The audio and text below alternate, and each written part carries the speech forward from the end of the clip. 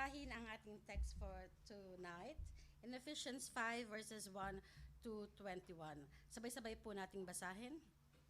Therefore, be imitators of God as beloved children and walk in love just as Christ also loved us and gave himself up for us, an offering and a sacrifice to God as a fragrant aroma.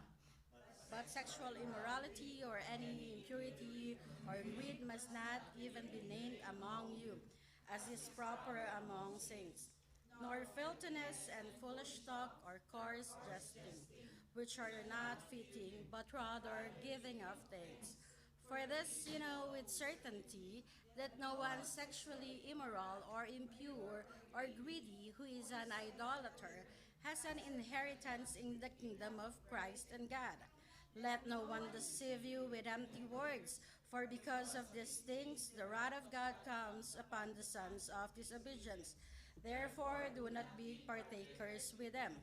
For you were formerly darkness, but now you are light in the Lord. Walk as children of light. For the fruit of that light consists in all goodness and righteousness and truth, trying to learn what is pleasing to the Lord. And do not participate in the unfruitful works of darkness, but instead even expose them.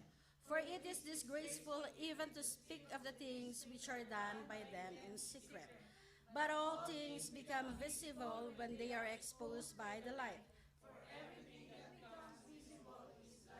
For this reason it says, awake, sleeper, and arise from the dead, and Christ will shine on you. Therefore, look carefully how you walk, not as unwise, but as wise, redeeming the time, because the days are evil. On account of this, do not be foolish, but understand what the will of the Lord is. And do not get drunk with wine, for that is dissipation, but be filled with the Spirit, speaking to one another in psalms and hymns and spiritual songs, singing and making melody with your heart to the Lord, always giving for all things in the name of our Lord Jesus Christ to God, even the Father, and being subject to one another in the fear of Christ. Tayo pong manalangin, O Diyos. Maraming salamat, Panginoon, sa oras na inyong ibinigay sa amin. Salamat, Panginoon, Lord God, that you have given us, Lord, these words, Panginoon. Dalangin po namin, Panginoon, ang pangunguna ng Banal na Espiritu Santo. Ikaw po ang aming tagapagturo, Panginoon, Lord God.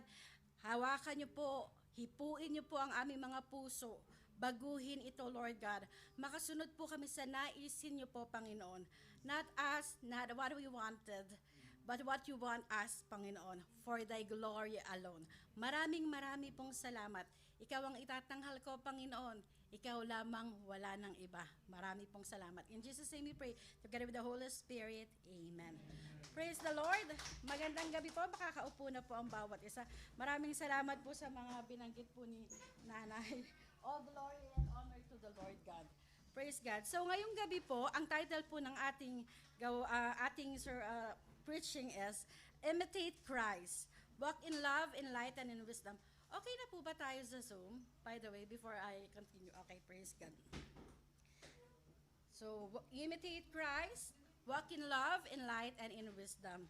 So, before I start, I just want to give thanks to the Lord for this opportunity that the Lord has given to all of us who are standing in here po. It is really a big blessing from the Lord that we are given the chance to stand and study more po about the scripture. And also we give thanks to our pastor. We acknowledge our pastor. No? Maraming salamat po, Pastor, Daddy, for this time that you are giving to all of us na tumatayo po dito. Kasi one way or another, isa din po kayo sa mga maaring tumayo po dito. Kaya praise the Lord for that opportunity. Praise God. So nakagawian po ng iglesia na ito, na yung halos lahat ng tumatayo, nag-uumpisa sa kwento. So sabi ko, anong kukwento ko? So syempre check tayo. So may kukwento po ako, ang title po niya, Ginaya ko si God kahit ang hirap. Sabi po niya doon, isang araw, may estudyanteng lalaki, tawagin natin siya sa pangalang Jeff. Okay? Mabait si Jeff, okay? Tahimik at active sa church. Pero sa school, madalas siyang tuksuhin. O, alam niyo nang hindi si Jeff na katabi ninyo ang sinasabi ko, okay? Pero sa school, madalas siyang tuksuhin. May mga kaklase siyang mahilig mang-asar. At minsan, grabe na talaga, sobra na sa biro. So one day, habang kumakain siya ng lunch sa canteen, may lumapit na classmate niya.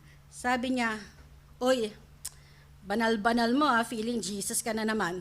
Sabi niya, tapos pinagtawanan siya kasama nung barkada nung tao na yon. So masakit sa loob ni Jeff. Na-experience ba natin yun minsan? So medyo nasaktan siya doon. Gusto niya sanang sumagot kasi medyo masama yung pakiramdam niya. Pero naalala niya sa sarili niya yung sinabi sa Ephesians 5 verse 1-2. Imitate God therefore in everything you do because you are His dear children. Live a life filled with love. Huminga siya ng malalim. Hinga nga tayo ng malalim. Tapos sabi niya doon sa classmate niya, "Okay lang bro, gusto ko lang makasunod kay Kristo." Pagbalik niya sa bahay, nag-pray siya. Sabi niya, "Lord, ang hirap mong gayahin. Pero gusto ko po, kahit papaano, makita nila kayo sa buhay ko." Sabi po niya. So, we imitate God kahit mahirap. Piliin nating maging mabuti kahit nasasaktan tayo. Piliin nating magpatawad, magmahal, kahit hindi nila deserve na mahalin sila. Remember, ikaw at ako, hindi rin natin deserve na mahalin ni Kristo. So, praise the Lord. So, tayo pong magdiretso sa ating preaching for tonight. Sabi nga po sa Ephesians 5, verse 1, sorry. Therefore, be imitators of God as beloved children. So, imitator, what is an imitator? It is someone who copies the behavior or actions of another. So, sabi po doon, therefore, be imitators of God. Kaya nga, tayong kanyang mga anak, gayahin natin ang Diyos. Sino ang i-imitate natin? Ang Panginoong Hesukristo. So, the command is to imitate God as beloved children. Pag sinabi nating imitate, ito yung makatulad, makagaya, gayahin, kopyahin. So, ano yung dapat nating i-imitate? So, in Ephesians 4 verse 31, sabi po doon, karugtong po kasi nitong Ephesians 5 verse 1, yung Ephesians 4:31 that was been preached last Saturday. So, sabi niya po doon, let all bitterness and anger and wrath and shouting and slander be put away from you, along with all malice. Instead, be kind to one another, tender-hearted, graciously forgiving each other, just as God in Christ also has graciously forgiven you. Sabay-sabay po.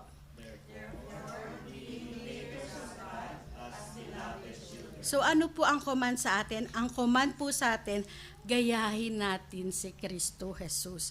Maging mabait, maawain, mapagpatawad. Pakikalabit po yung katabi natin, sabihin natin, mapagpatawad. So Ayan, sige. So, let us have a little recap po, no? On this book of Ephesians, lagi po tayong, inumpisahan po tayo doon sa kalagayan po natin bilang tao. Tayo po ay, kanina binabanggit din nung worship leader natin dito, tayo ay mga makasalanan.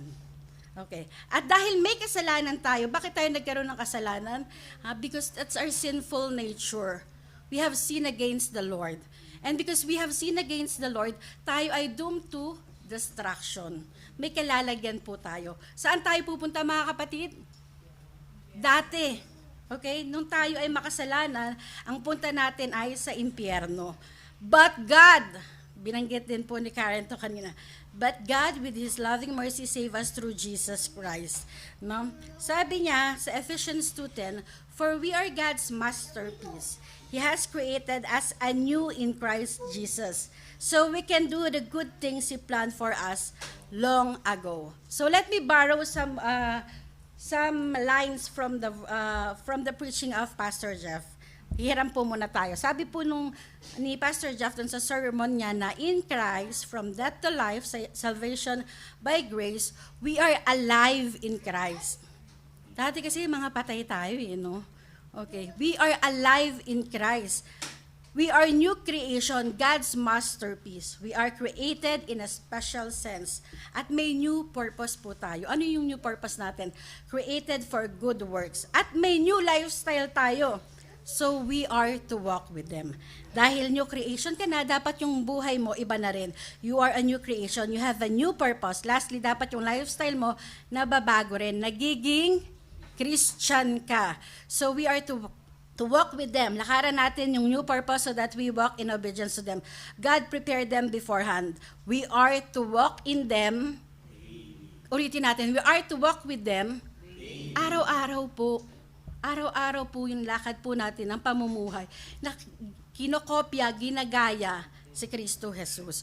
So we imitate God. We imitate Jesus Christ. Bakit si Jesus Christ? Sabi ng Hebrew 13, He is the exact representation of the Father, who is the radiance of His glory and the exact representation of His nature, and upholds all things by word of His power, who have accomplished cleansing for sins, sat down at the right hand of the Majesty on high. To imitate the character of Christ is to live, walk our daily life in Christ's character. Kaya ngayong gabi, intro pa lang po yun. Kaya ngayong gabi, let us study 3 ways on how we can imitate Jesus Christ. So, inurasan na yata ako ni Kuya. Okay. Susubukan natin ng 30 minutes na by God's grace. So, imitate Christ. How do we imitate Christ? We walk in love, we walk in light, and we walk in wisdom. So let's start with walking in love. So in Ephesians 5:2, sabi po doon, walk in love, just as Christ also loved us and gave Himself up for us, an offering and a sacrifice to God as a fragrant aroma. In the Bible, love is a central theme, encompassing God's love for humanity. Love between people, the love that should guide actions. It's not just an emotion, mahal kita, mahal kita. It's a way of life. It is our way of life, characterized by selfless action, sacrifice, and compassion. It's not just a feeling, but a verb requiring actions of kindness, compassion, forgiveness, and sacrifice.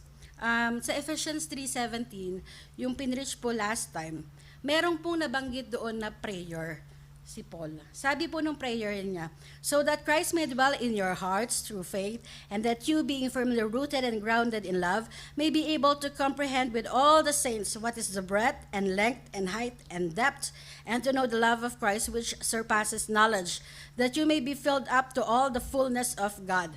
Now to Him who is able to do far more abundantly beyond all that we ask or understand, according to the power that works within us, to Him be the glory in the church and in Christ Jesus to all generations, forever and ever.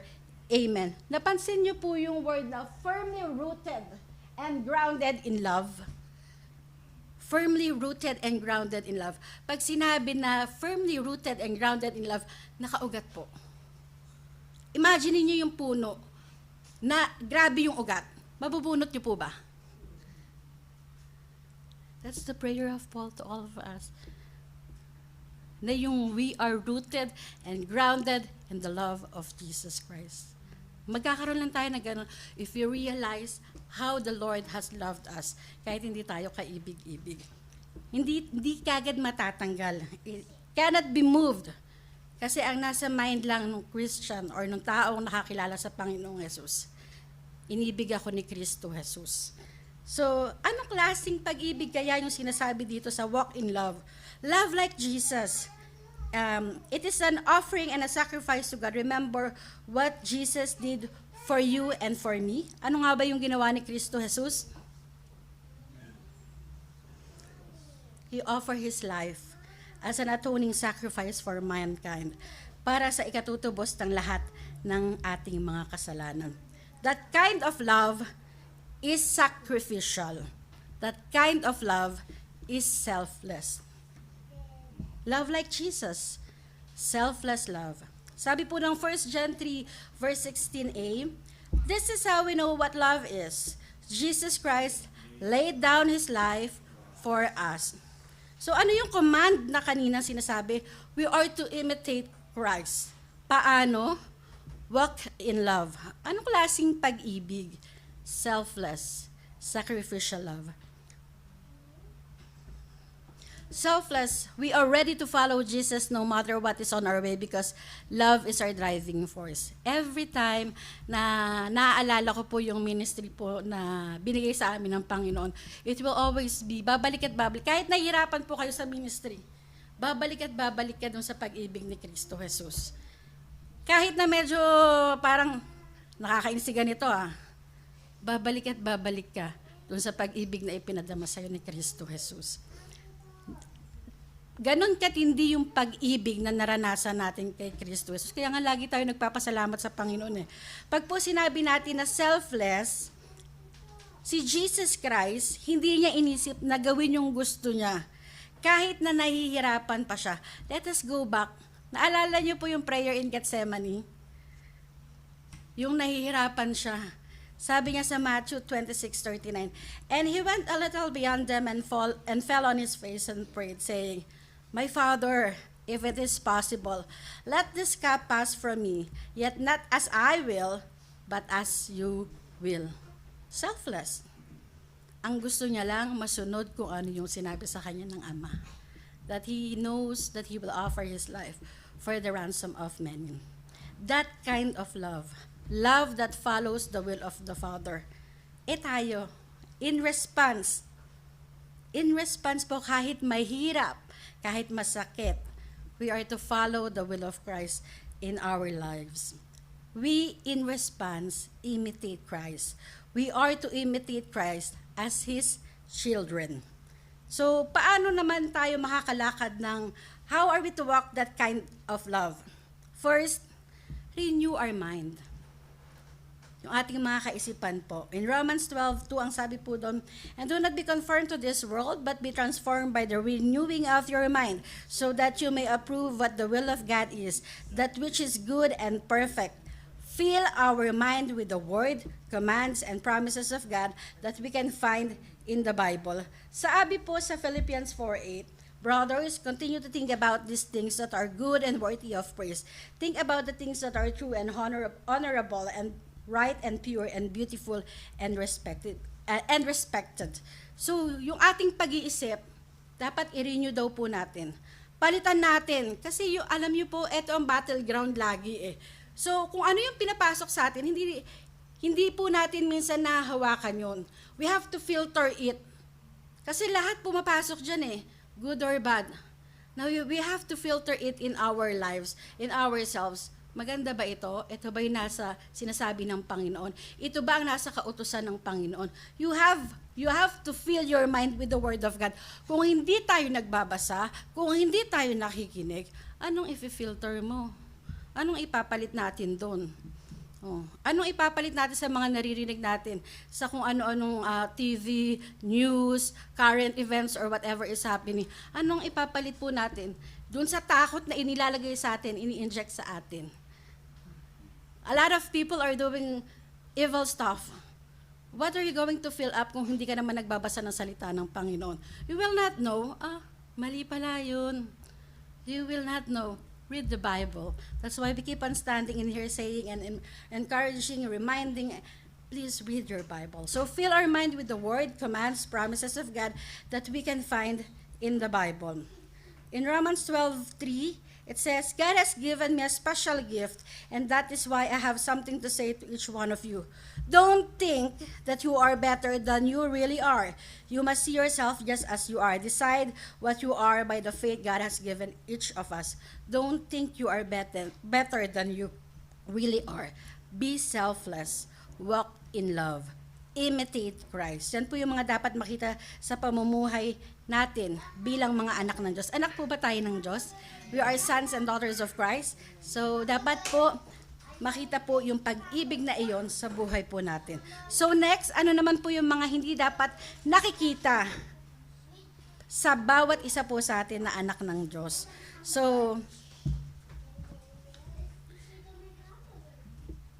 sexual immorality, fornication, or pakikiapid, any impurity, lahat ng karumihan, greed, or idolater, kasakiman, filthiness, karumihan, foolish talk, mangmang na pananalita, or coarse jesting, pagbibiro ng di nararapat. In Ephesians 5 verse 3, sabi po doon, mind you mga kapatid, sabi po ng Bible ito, But sexual immorality or any impurity or greed must not even be named among you, as is proper among saints, nor filthiness and foolish talk or coarse jesting, which are not fitting, but rather giving of thanks.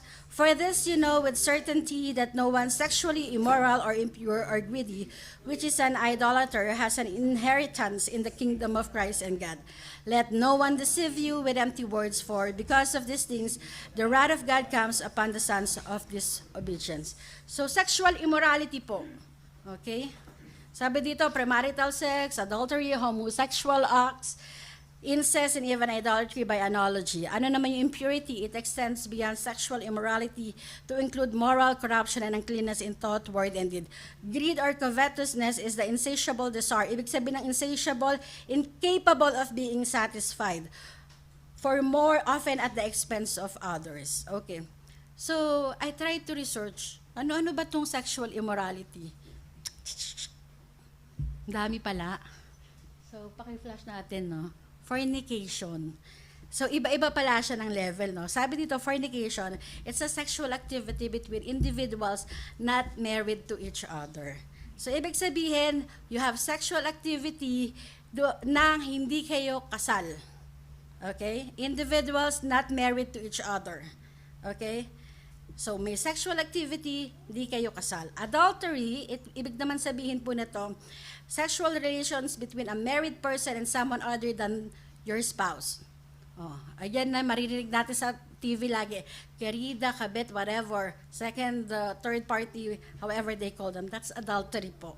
Okay. Homosexuality. Sexual activity between individuals of the same gender.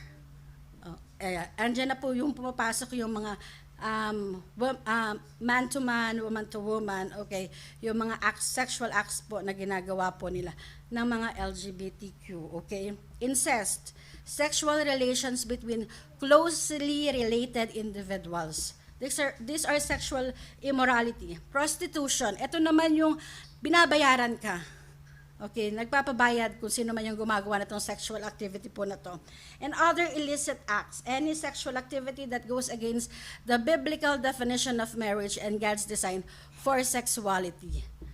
Oh, akala natin nakalusot yung iba. Lustful thoughts and desires. The Bible also addresses the internal aspect of sexual sin, emphasizing the lustful thoughts and desire can be a form of sexual immorality. Okay? Yung mga binabasa, pinapanood po natin. Next, greed. So, anong klase yung greed? Ang dami niya. Theft and robbery, sabi doon, taking what belongs to others, often through violence or deception. Fraud and deceit. Hoarding. Ibig sabihin ng hoarding, accumulating excessive amount of resources, even if they are not needed. Okay? Sa fraud and deceit, yan yung mga dagdag bawas. O yung mga sa account, sa finance, malalaman nyo yan. O minsan nga, hindi lang nung mga nag-aaral tayo, may dagdag bawas din. Ang tuition mo, ganito lang, sasabihin mo sa nanay at tatay mo, another plus 1,000. Okay? O exploitation, taking advantage of others' vulnerabilities or circumstances for financial gain. Maling pagpapasahod. Okay, minsan nililiitan yung sahod ng tao tapos they're getting that kind of money. So iba yun nandun po sa contract. So we have insider trading, social greed, yung manipulating authority, using position of power to acquire personal benefits or advantages, bribery and corruption, offering or accepting illegal payments to influence decisions or gain preferential treatment. So another slide, there's a lot. Actually, there's a lot. The thing is, sabi po ng Bible, nung binasa natin, let's not practice this. Do not practice this. Do not practice sexual immorality. Do not practice impurity. Do not practice greed, kasakiman. Do not practice filthiness, karumihan. Do not practice foolish talk, coarse jesting, pagbibiro ng di nararapat. Green jokes. Pansinin nyo, pag kami nag-green jokes, kahit sa opisina, crowd getter Yung bang tipong tahimik na ganyan, di ba? Tapos magbabanat si kuya ng green jokes. Maya-maya nagsasabi na yung iba. That is the world They enjoy that kind of thing. But the Lord is telling us, do do not practice this. Kaya kung medyo na-off kayo sa mga ganon, that's a good sign. That's really a good sign. Kasi nga, we don't want na this kind of coarse jesting. We don't want na this kind of way of talking. Sabi po ng Colossians 4:6, let your words always be with grace, seasoned with salt, so that you will know how you should answer each person. Ano po yung common factor sa mga practices na yan? Selfish. Self-gratification. Self-satisfaction. Ginagawa yon kasi gusto mong mapasaya, mapaligaya, masatisfy yung sarili mo. But we are called to imitate Jesus Christ, to walk in love, to sacrifice, and to be selfless. May nabasa po ako na isang text. Sabi po niya doon, God created us with pleasure gates. Okay, naka-flash naman po sa screen. Your eyes, your ears, your sense of touch, your taste, your smell, are all ways that God has designed for you to take in the pleasures He has created in His world. So to enjoy this pleasure is really to glorify the God who created these pleasures. What is this text saying? Etong mga meron tayo, kinreate yan ng Panginoon to give us pleasure. These are pleasure gates yung mga mata natin, okay, yung sense of ears natin, yung touch, yung taste, yung smell, okay. The Lord has created these things. But here's the thing. Merong proper place on how we experience those God-pleasing or pleasure enjoyment na binibigay sa atin ng Panginoon.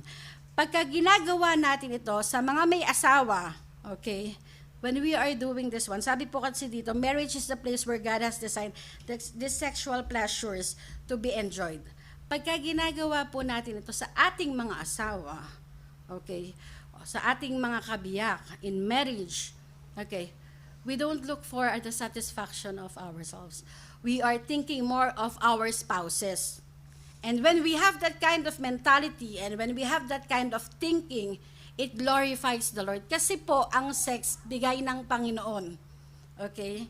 Regalo yan sa mag-asawa.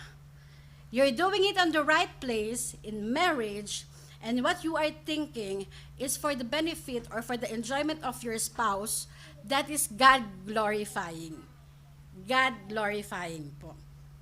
Now, if you are doing it just for yourself, ay kapatid, ayaw po ni Lord nun. Ang gusto po niya ay yung God glorifying. Kaya nga po sinasabi natin kanina, dapat selfless tayo. Dapat tayo mga anak na Diyos, selfless tayo. Even to our husband, even to our wife, even to our spouses. We think more of them. Okay? So God created that pleasure. It is a significant part of the marital relationship, but it needs to be lived within those boundaries. Today, we experience fornication of our culture and technology that brings up fornication, not just into our houses. Ito nakakalungkot. Hindi lang sa bahay, but we carry it in our pockets. Ano pong laman kaya ng ating mga cellphones? Sexual sin is not first an issue of environment. It's an issue of the condition of our hearts. We want pleasure for ourselves. We don't want what God has designed for us to do. Sexual pleasure is designed by the Lord for married couples. The partners are not selfish, gratifying their self-desires, but thinking more of how to show love to their partners. Nagiging selfless po kasi ang iniisip natin, yung mapasaya natin yung asawa po natin. Both the husband and the wife enjoys more this gift from the Lord, and it glorifies the Lord. It is a gift given to us by the Lord in marriage. Kaya nga po, wag nating madalain at wag din nating nakawin. Para po sa mga hindi pa kasal or hindi pa po nag-aasawa dito, mga kabataan, if you're listening to me, wag nating madaliin, wag nating nakawin. Wait for God's perfect timing, and you will fully enjoy that kind of gift the Lord has given us. So may warning po tayo. Let us remember that those who are practicing this will not have an inheritance in the kingdom of God. Yung mga nagpa-practice po, nung binanggit po natin na sexual immorality, impurity, greed, filthiness, foolish talk, coarse jesting, or pagbibirong di nararapat, may kalalagyan po. Sabi po doon, wala silang inheritance sa kingdom of God. So Ephesians 5:5 says, "For this you know with certainty that no one sexually immoral or impure or greedy who is an idolater has an inheritance in the kingdom of Christ and God. Let no one deceive you with empty words, for because of these things the wrath of God comes upon the sons of disobedience." Ang linaw po, galit po ang Diyos sa ganitong pamumuhay. Napupuot po ang Diyos sa mga hindi sumusunod sa Kanya. Kaya po, walk in love, be selfless, hindi yung mga nais ng laman natin at nais ng mga sarili natin ang dapat natin gawin. Isipin at sabihin, be selfless, sacrifice. Okay. In Ephesians 5:2, babalikan ko po ang sabi po doon, walk in love just as Christ also loved us and gave himself up for us, an offering and a sacrifice to God as a fragrant aroma. When we are walking in love, when we are being selfless, this kind of sacrifice is our offering to God. And to God, that is a fragrant aroma. Pag po tayo nagiging selfless, yung sakripisyo po na yun, okay, it is a fragrant aroma to the Lord. Mga kapatid, yung binanggit ko po kanina na mga kasalanan or practices, that's sexual immorality. One time in our life, no, or those 6 things na binabanggit po, one time in our life we have committed that. At one point in our life we have committed that. And if we are still committing this type of practices, I pray that the Lord, so loving, yung pag-ibig ni Kristo Jesus, so strong, para po tayo makaalis. Makakawala po dun. When you are experiencing this kind of issue in life, hindi po talaga madaling umalis. When you wanted to get out, but you cannot get out. That's why ang payo po nga namin, ano ba yung tawag din, yung replacement, you have to think of another way. Kasi ano siya bumabalik yung kasalanan. Ngayon you decide na, ayoko na neto, titigilan ko na to. Kinabukasan or 2 days, biglang may darating na naman sa'yo, same problem, same issue. Nahihirapan kang umalis dun sa mga kasalanan po na ito. Kaya ang panalangin po namin, may the Lord, that kind of love, strong enough to have you desire and decide to move out from that kind of sin.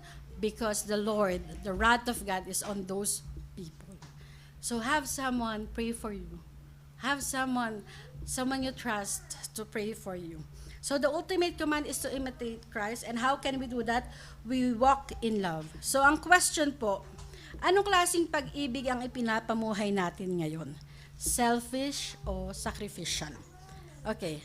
So point number 2, walk in light. So in Ephesians 5:8, for you were formerly darkness, but now you are light in the Lord. Walk as children of light. So this scripture reminds us that we were formerly darkness. Pakiulit nga po, formerly darkness. Formerly darkness. Darkness. It means we are contributor of that darkness. Tayo po. Kaya may darkness na ganon, kasi may gumagawa ng ganon. Okay. Kaya po merong darkness dito, kasi yung iba laging si Satan ang sinisisi. Si Satan eh. But who's doing that one? We are deciding to do that kind of sin in our life. So we are contributor of that darkness. We are sinning against the Lord. We are in darkness, hindi dahil may naglagay sa atin doon, kundi dahil nandun tayo, dahil dinesisyonan natin na gawin yung kahalayan na iyon. That's why, sabi po dito, how do we imitate Christ? Walk as children of light. So, what is light? Sabi po doon, light is the brightness that lets you see things. Sabi po ng Collins Dictionary. Nung tayo po ay nakakilala sa Panginoon, nakita natin ang mga kamalian natin. Na-realize natin na marumi pala tayo. And we have repented. We appreciate the beauty of Christ in our life. Dati hindi naman natin na-appreciate ito kasi nga nag-e-enjoy pa tayo eh. Kwentuhan na malaswa, di ba? o kaya nangungupit ka, okay? O kaya ay you're practicing sexual immoral act, hindi natin nakikita. Dati okay to kasi parang ni-normalize ng mundo. Pero hindi po kay Kristo Jesus. Okay, we appreciate the beauty of Christ in our life. Dati sarili lang natin ang iniisip natin. But when we receive Jesus Christ in our life, iniisip mo na, bago na yung iniisip natin. Bago na yung gusto natin. Kasi bago na tayo di ba? Di ba pinapaulit-ulit natin sa Ephesians, bago na tayo kasing nilalang. O sabi ni Nanay Carol last time, may bago na tayong pamumuhay. May bago tayong damit. Anong gagawin doon sa damit? Ibihis natin. Okay? Lakaran natin. Yung dapat nating lakaran. So, dati ang iniisip mo, hindi mo iniisip si Kristo. Ngayon, iniisip mo na at ninanasa mo na yung gusto ni Kristo Jesus. That is how a child of God is. Sabi po ng John 8:12, I am the light of the world. Whoever follows me will never walk in darkness, but will have the light of life. Okay? In Ephesians 5:8, for you were formerly darkness, but now you are light in the Lord. Walk as children of light, for the fruit of that light consists in all goodness and righteousness and truth, trying to learn what is pleasing to the Lord. So yung fruit of light consists of goodness, righteousness, and truth. At ang attitude dapat natin, trying to learn what is pleasing to the Lord. Because we are imitating Christ, we are learning what is pleasing to the Lord. Kasi gusto natin makakatulad si Kristo Jesus So dapat inaaral natin kung ano ang gusto ni Jesus. Anong gusto niya, ano yung ayaw niya. Seeking and living, ano ba ang gusto ng Panginoon sa araw na ito. You know, it's an everyday life It's our daily walk of life. So everyday, dapat nagtatanong din na kinakausap natin ng Panginoon, Lord, ano po ba ang dapat kong gawin? Painom muna saglit. Naubusan na ako ng wait lang po. When we walk our daily life, dapat tinatanong din natin, Lord, ano pong gusto niyong gawin ko for this day? Pumunta ako sa St. Mary's at mag-share mag-evangelize. Di ba? Okay. So, you have to ask mga situations sa ganun. Ginugusto mo na kung ano yung gusto ng Panginoong Jesus. And our main goal is to please the Lord. Not to please this self, but to please the Lord. Like what we said, selfless love, naging selfless na tayo. Sacrificial in a sense, kasi nga, hindi na yung gusto mo. Uy, mahirap yun mga kapatid, aminin natin, hindi na kasi yung gusto natin yung nasusunod Yung parang gusto mong pumunta dito, pero, di tama yan may bumanat ang joke. Parang pigil. Hindi nakakalugod sa Panginoon yan. So we have to control ourselves. We have to be selfless. Hindi po madali yun, pero kayang gawin basta puno tayo ng pag-ibig ni Kristo. Tandaan po natin that we are rooted, not moved in the love of Christ. Plus yung liwanag na mula kay Kristo ay nakikita natin, kaya po natin mapapagtagumpayan. Hindi ng sarili natin, mga kapatid, nakapagtagumpay tayo dahil kay Kristo Jesus. So in Romans 2:4, sabi po doon, goodness, O hinahamak mo ang mga kayamanan ng kanyang kabutihan at pagtitiis at pagpapahinuhod na hindi mo nalalaman na ang kabutihan ng Diyos ay siyang umakay sa iyo sa pagsisisi. Dahil doon sa liwanag na mula kay Kristo, dahil sa kanyang kabutihan, tayo ay nagsisisi sa ating mga kamalian. Well, kasi sabi ko nga kanina, di ba, nung hindi pa natin kilala sa Kristo Jesus, pabanjing-banjing lang ang buhay natin. But when the light of the Lord, nakilala natin si Kristo, nalalaman natin, mali ito. So dahil mali ito, dapat gawin mo, dapat hindi na natin ito ginagawa. So next, righteousness. In 1 John 3 verse 9, everyone who has been born of God does not sin, because his seed abides in him, and he cannot sin because he has been born of God. By this, the children of God and the children of the devil are manifested. Everyone who does not do righteousness is not of God, as well as the one who does not love his brother. The fruit of light consists of righteousness. Dahil tayo ay may liwanag na mula kay Kristo Jesus, ayaw na natin doon sa mga kasalanan na nabanggit, yung sexual immoral acts po. Yung pakikiapid, kahalayan, maruming pamumuhay, mangmang na pagsasalita, pagbibirong di tama, hindi na daw natin ito ginagawa dahil alam natin, ito ay sa kadiliman, hindi ito galing sa liwanag. Okay. I was thinking, no, I was asking also Daddy if I could share some illustration. Kasi sabi ko, paano kaya mas maunawaan or ano kayang klaseng illustration yung ibibigay natin? So, di ba kasi may liwanag? Sa Pilipinas, pag syempre, naglalakad tayo sa liwanag. Okay, natatakot ka naman maglakad sa dilim, di ba? Pag naglalakad ka sa liwanag, natural nakikita mo yung daan, di ba? Okay. Pag nakikita mo yung daan, di ba sa Pilipinas, ang daming, pag naglakad ka lang sa kanto, ang daming pasintabi po doon sa mga kumakain na. Ang daming poops ng aso, di ba? Tama po? Ang daming poops ng aso, di ba? O kaya, kung nasa probinsya ka, naku, kalabaw yan. O kung ano man. Paglalakad ka, anong gagawin mo doon sa, nakita mo na may liwanag, nakita mo, may poops. Tatapakan niyo po ba? Dadaanan ba natin? May poops. Alam mong madumi. Pag tinapakan mo yon, madudumihan ka. Hindi ka lang madudumihan, kapatid. Aamoy ka pa. Ano? This is true, right? But all of these sinful acts, the Lord is telling us about these sinful acts. Madudumihan kayo. Even thinking, yung poops ba, isipin nyo lang ito mga kapatid even, ako nandidiri ako yung anak ko sasabihin sa akin, disgusting. O, di ba, isipin nyo lang na mahawakan nyo o matatouch kayo doon. Nakakadiri, di ba? Nakakadiri siya So, the sexual acts, the sins, dapat meron tayong mind na gano'n. Nakakadiri siya.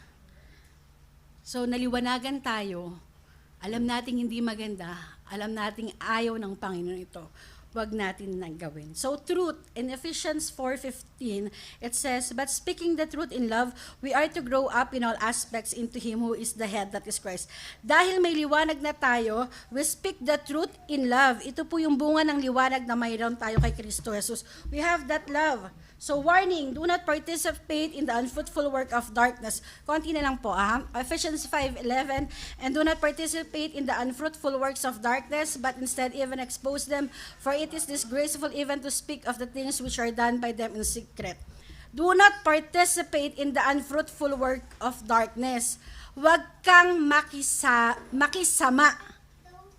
Yes, we are coming to them because we share the good news of God.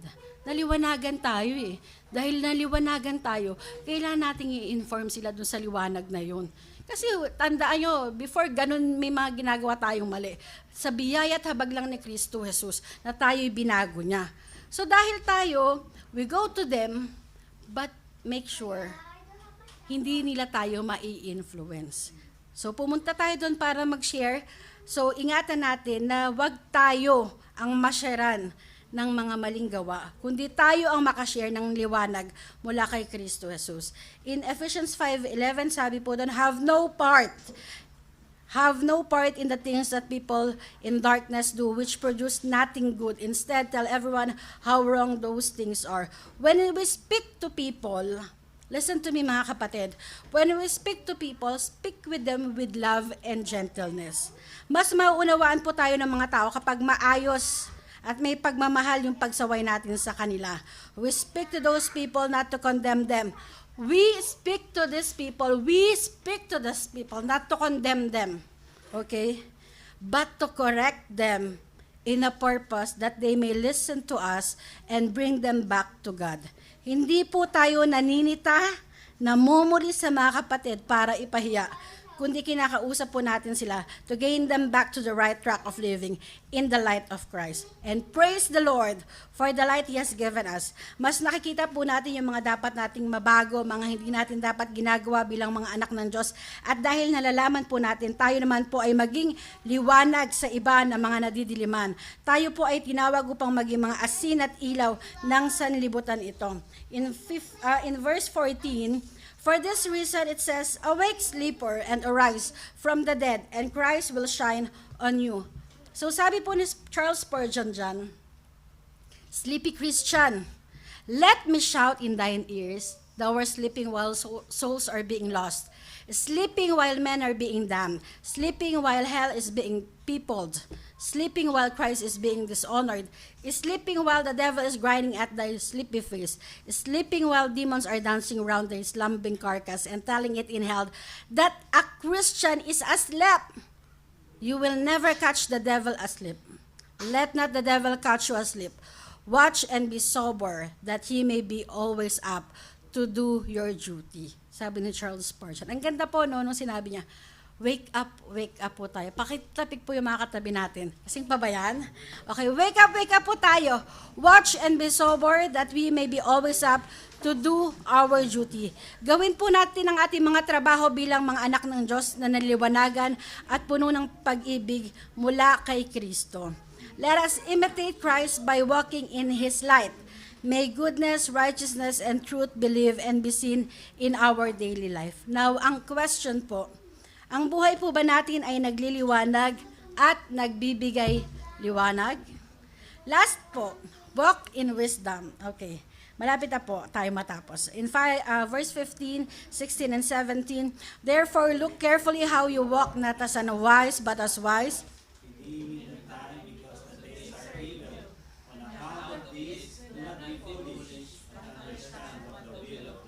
So, sino po ba yung wise man? So, the wise man is the one who speaks the truth and lives honestly. One who says what he means and means what he says. To live wisely is to be trustworthy. As follower of Christ, it is essential that we live as men and women of integrity, as people who bear witness to the truth in both what they say and what they do. Let us be wise. Live seeking and understanding the will of God in our life. Yan ang ano po natin dito sa church eh. Yan ang pillar po natin. We have to seek, live, proclaim, and defend the word of God. For the glory of God lamang po. We only have one life, mga kapatid. We have limited time. Hindi natin alam kung kailan matatapos ang buhay na ibinigay sa atin ng Panginoon. So make use of it wisely. Let us use every opportunity to live this life pleasing to God. You know what is pleasing to God, mga kapatid? Yung buhay na puno ng pag-ibig po. Selfless. Yung sinisikil natin yung mga sarili natin upang magawa yung nais ng Panginoon.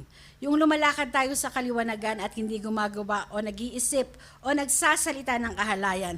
Yung dinidesire, iniisip po natin, ginagawa at sinasalita natin. Yung nais ng Diyos sa buhay na ito. That is pleasing to God. At change life in Christ alone for the glory of Christ alone. May warning po dyan.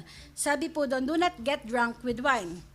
And do not get drunk with wine, for that is dissipation, but be filled with the Spirit. Sabi po ng Proverbs 23:31-35. So be careful with wine. It is pretty and red as it sparkles.